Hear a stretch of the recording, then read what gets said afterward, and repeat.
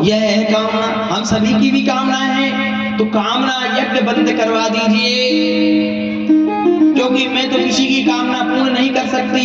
कामनाएं बढ़ती जाती हैं, कभी पूर्ण नहीं होती हैं।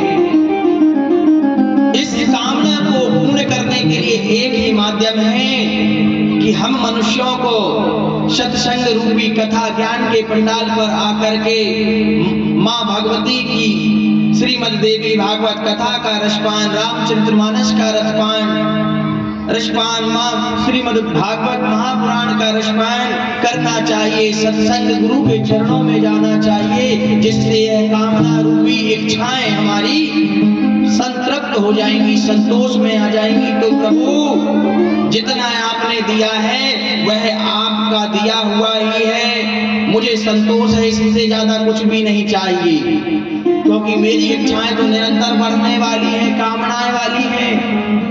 इसलिए जितना आपने दिया है उसी में मैं संतोष करता हूँ, धीरज रखता हूँ, क्योंकि मैं देख रहा हूँ कि मेरे तो हाथ पैर हैं और दूसरों को देख रहा हूँ बेचारे हाथ ही नहीं है, कुछ नहीं कर पा। भगवान मेरे तो आंख दी हुई है आपने, इस संसार को, दृष्टि को, इस मूर्ति स्वरूप गुरुदेव भगवान के दर्शन कर पा रहा हूँ। प्रभु इसकी तो आंख ही नहीं आपने दी, आपका कोटि कोटि धन्यवाद। हे प्रभु आपने यह कुटिया का निर्माण करवा दिया, आप ही की तो कृपा है। हम देखते हमारे यहाँ इस गरीब व्यक्ति की तो झोपड़ी बनी हुई है, जीवन काट डाले। सानी अम्मा है, आज भी ठट्टी में ठिठुर रही, पल्ली का जुगाड़ नहीं है, और हमारे यहाँ प्रभु कम से कम पल्ली डल्लम गद्दा में सो रहे हैं। आपकी कृपा है प्रभु, तो कामनाएं तो कभी नहीं पूरी होने वाली। इसलिए महाराज, हे माँ भगवती, जितना आपने दिया है यह आपका ही है, मेरा भी नहीं है। जितनी भी आपने कृपा करी है सब आपका ही है, सिर्फ मैं उपभोग करने वाला दास हूँ, सेवक हूँ माँ, ऐसा मान करके उपभोग करना चाहिए। प्रथु महाराज प्रचेता गणों से कहते हैं श्रीमद् भागवत महापुराण में, प्रचेता सनत कुमार कहते हैं, जब चारों भैया आए तो कहते हैं कि आप कुछ मांग लीजिए। प्रथु महाराज कहते हैं मुझे क्या मांगना, यह तो सब आपका ही दिया हुआ है। संसार, वैभव, संपदा, पृथ्वी, मकान, पेड़ पौधे, पशु पक्षी, सभी योनियां तो आप ही की बनाई हुई हैं। यह भी मेरा जो ये बिल्डिंग तना राजमहल बना है, मैं जो इसका उपभोग कर रहा हूँ, यह भी मेरा नहीं है, ये तो सब आपका ही है प्रभु। मैं तो आपकी दी हुई वस्तु का सिर्फ मैं उपभोग कर रहा हूँ। हाँ महाराज, आप सत्य कहते हैं, सनत कुमार कहते, आप सत्य कहते हैं। जिसने यह मान लिया कि यह सब प्रभु का है, माँ भगवती का है, उसका कल्याण हो जाता है। और जिसने यह मान लिया कि यह मेरे है, यह मेरा है, ये मेरा खेत है, ये मेरी जमीन है, मैं तो अधेदाई हूँ, कह देते ना, अरे मोरो टुकड़ा आधा पूरा ले का, मोरो का, मेरा क्या तेरा, मैं और मेरे के चक्कर में पूरा जीवन निकाल देता है। संतोष है जीवन में, धैर्यता है, कामनाएं सीमित हैं, तो छोटी सी झोपड़िया में भी जीवन मस्त बीतता है, आनंद में भगवान का भजन। अरे ये तो दुनिया के दिखावे हैं कि भैया 2-4-10 रूम हो, बंगला बना हो, पुट्टी, आजकल टाइल्स मार्बल लगा हो, और आजकल अब झूमर भी लगने लगा, भैया लाइट वाले ले आओ, पंखे कलर मैचिंग के होने चाहिए। पहले सिंगी फैन और पंखा से काम चल जाता था, बिजना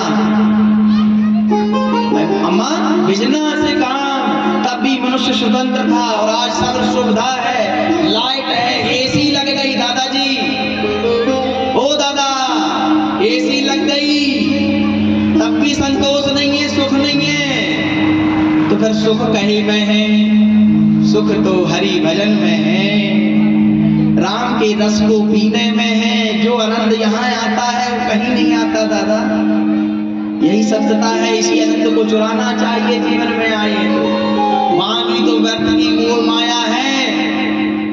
अब कहोगे पंडित जी यही बोल रहे, बाहर निकलेंगे सब भूल जाएंगे, क्या करें, यही तो मैया की माया है। तो चुराओ उस चीज को कि हम भूले ना, निरंतर भक्ति कैसी होनी चाहिए? निष्काम से अहेतुकी भक्ति होनी चाहिए। सुखदेव जी महाराज कहते हैं आपके अंदर यदि हमने इतना सा भी जगा दिया तो वह कम ना होने पाए। कथा का सार यही है, बाहर जाए चाहे कहीं भी चले जाए और उससे आगे बढ़े भक्ति, यही सच्ची भक्ति और कथा का सार है। भक्ति ऐसी होनी चाहिए, निष्काम भाव से हो, निरंतर बढ़ने वाली हो, प्रगति करने वाली हो। ये नहीं कि आज 2 नंबर की भक्ति में पहुंचे भाव है और फिर आकर के जीरो में आ रहे कि भगवान तो होता ही नहीं, कोई कष्ट पड़ा तो।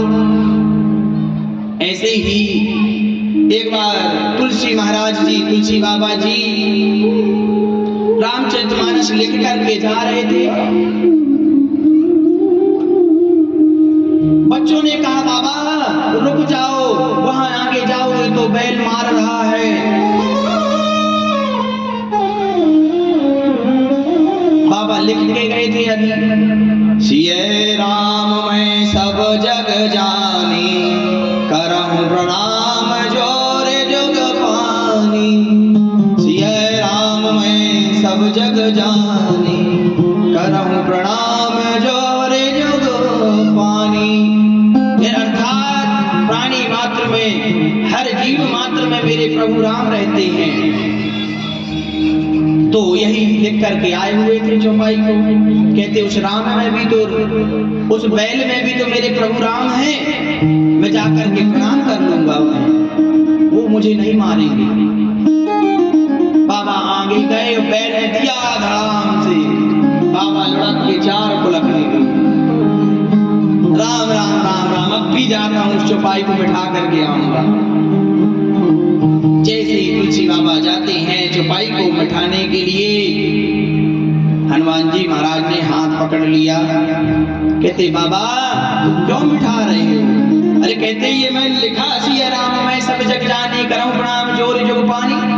मैंने समझा बैल में राम है, मेरे को नहीं मानेंगे, मैंने प्रणाम किया, बैल में भगवान को देखा और बैल ने दिया धड़ाम से। अरे मैं तो नहीं मिटा दूंगा। नहीं नहीं नहीं बाबा, आपने अभी ध्यान नहीं दिया, आपने सत्य लिखा है।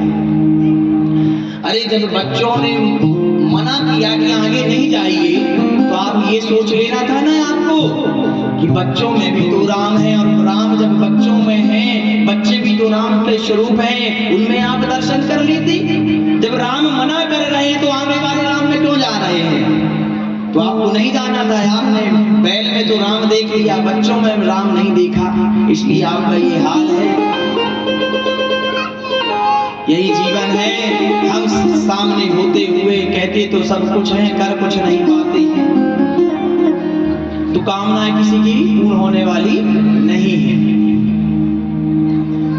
राजा हरिश्चंद्र ने कहा देवी तुम निश्चित होकर के जाओ, अब मैं जाता हूं विश्वामित्र जी के पास, जाकर के निवेदन करता हूं।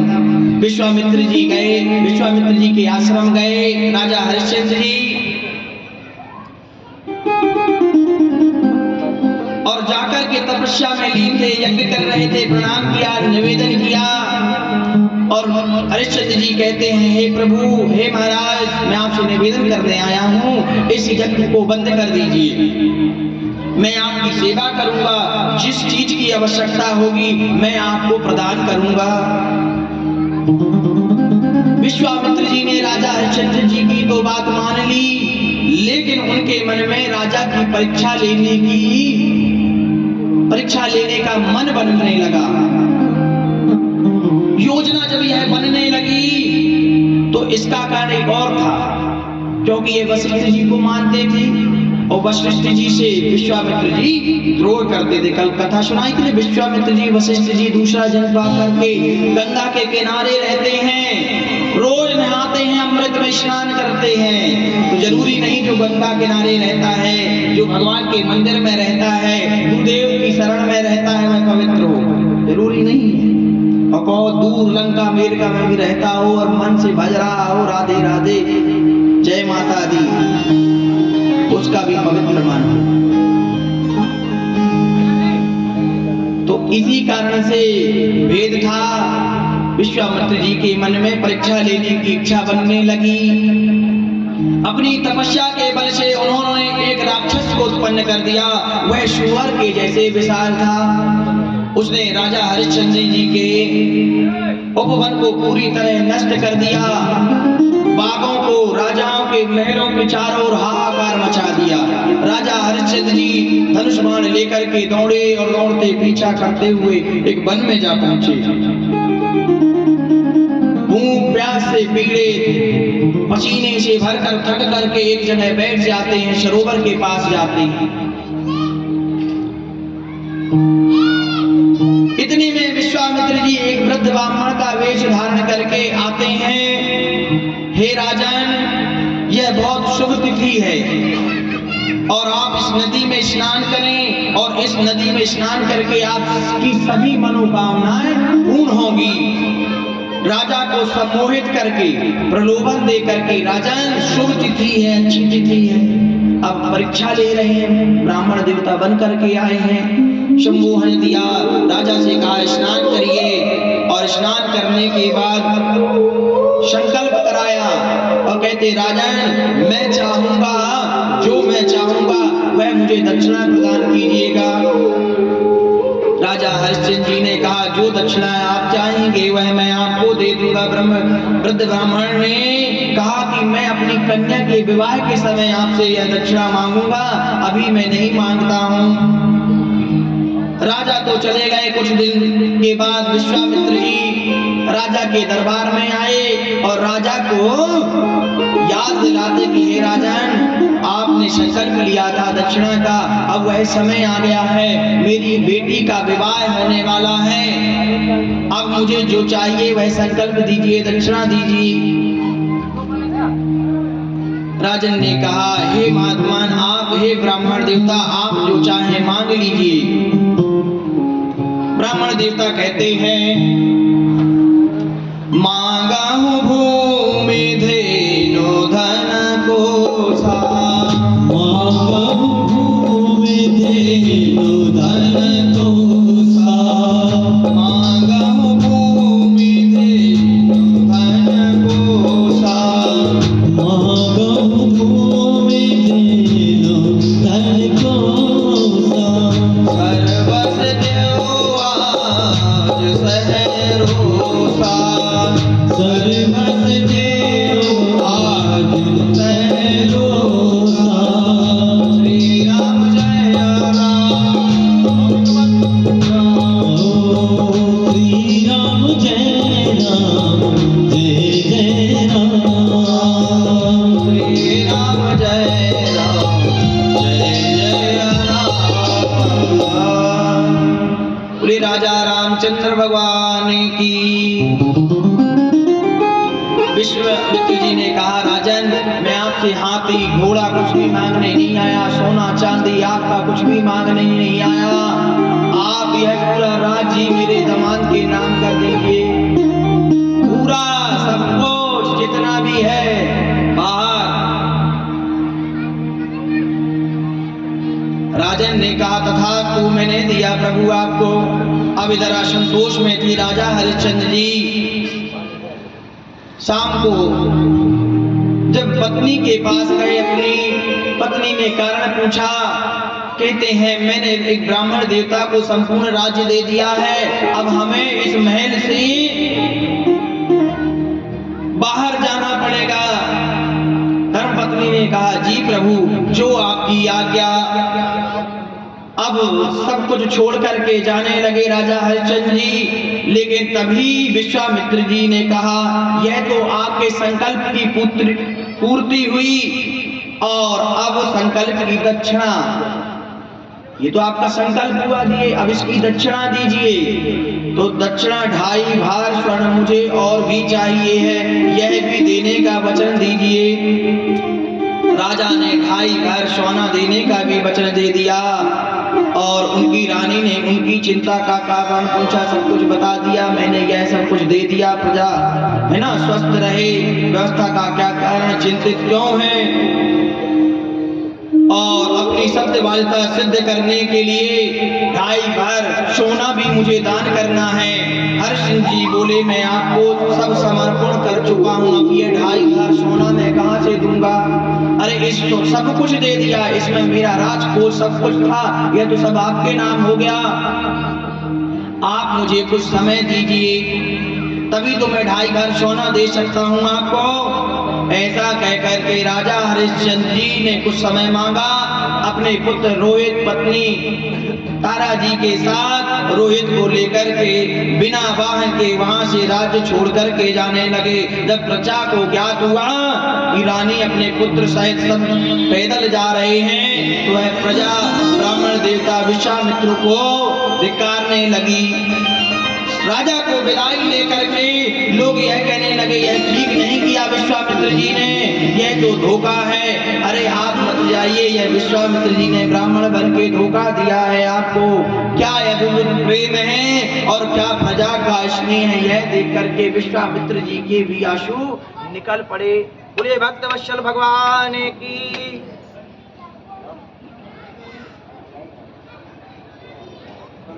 बोले जगत जननी मैया की, सीताराम चंद्र भगवान की।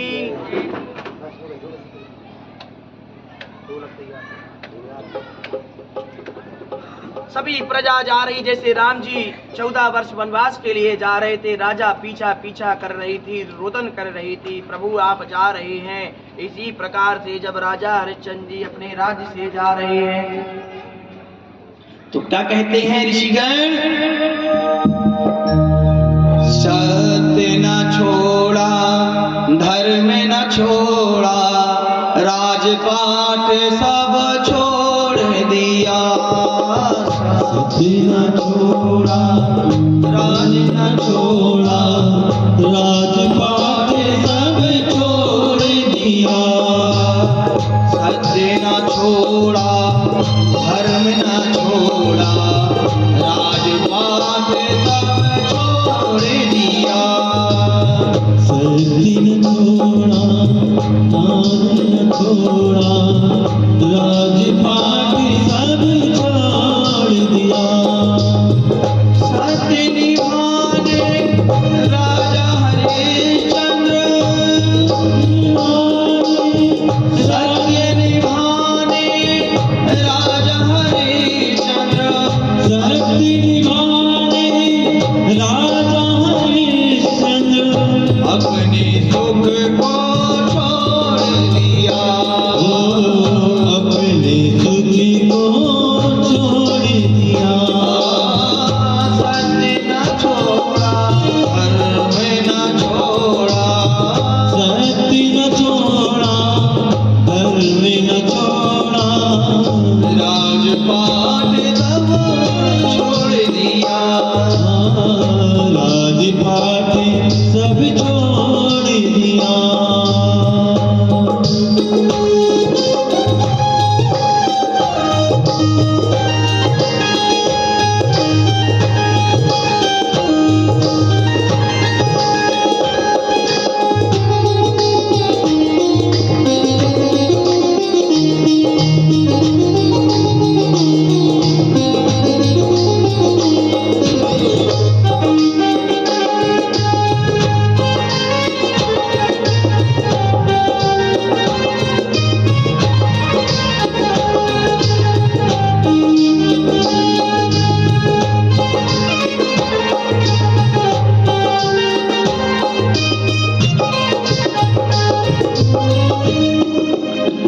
राजकोष सब दान मिले लिया, राजकोष सब दान में दिया।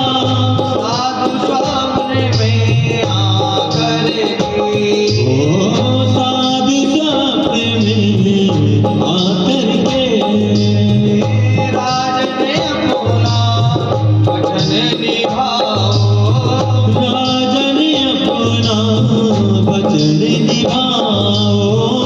या मुझको तोड़ दिया, या मुझको तोड़ दिया। सत्य न छोड़ा धर्म न छोड़ा, राजपाट सब छोड़ दिया।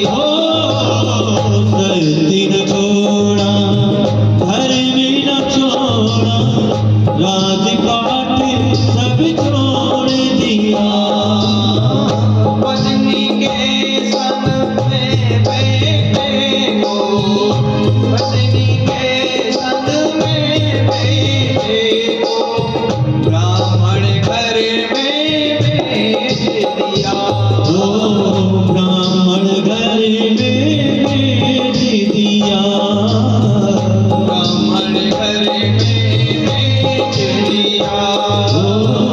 ब्राह्मण घर में बेच दिया। राजा ने फिर खुद को भी राजा ने फिर खुद को भी भंगी हाथों सौंप दिया। घर में न छोड़ा, घर में न छोड़ा, राजपाट सब छोड़ दिया। धरती न छोड़ा, घर में न छोड़ा, राजपाट सब छोड़ दिया। राजपाट सब छोड़ दिया। राजपाट सब छोड़ दिया। राजपाट छोड़ दिया। अनेक यातनाएं प्रभु ब्राह्मण देवता विश्वामित्र जी के द्वारा दी गई। राजपाट छोड़ दिया, बेटे को भी बेच दिया। इधर जब विश्वामित्र जी अपने राज्य से निकलने लगे, अपने पुत्र तारा से कहा, मैंने सर्वस्व ब्राह्मण देवता को दे दिया है। पुत्र पत्नी और पुत्र भी चिंतित हो गए। सभी नगर के लोग दुखी हो गए, विश्वामित्र जी की निंदा करने लगे। विश्वामित्र जी सन्मुख आ गए और कहा, आप कहाँ जा रहे हैं? आप मुझे स्वर्ण दान दीजिए। अगर मुझे स्वर्ण दान नहीं देंगे तो अपने संकल्प को वापस ले लीजिए, मैं नहीं तो आपको श्राप दे दूंगा। उन्होंने कहा, हे मुनि, शूरवंश समोद्भूतः क्षत्रियो हम महीपतिः राजसूयस्य यज्ञस्य कर्ता वाञ्छेत दोनशो। हे राजन, हे महाराज विश्वामित्र जी, मैं प्रतिज्ञा करता हूं कि मैं जब तक आपका स्वर्ण आपको नहीं दे दूंगा तब तक मैं भोजन नहीं करूंगा। हे सूर्यवंशी, मैं सूर्यवंशी राजा हूँ, मैं अपने प्राणों को त्याग कर सकता हूँ लेकिन अपने वचनों को नहीं त्याग सकता। प्रभु राम जी भी अपने पिता के वचनों को पूरा किया। रघुकुल रीत सदा चली आई, प्राण जाए पर वचन न जाई। और आज के बच्चे बात भी नहीं मानते, वचन तो छोड़ो, चाहे वो मम्मी की हो, पापा की हो या किसी भी बुजुर्ग की हो, बात तक नहीं मानते।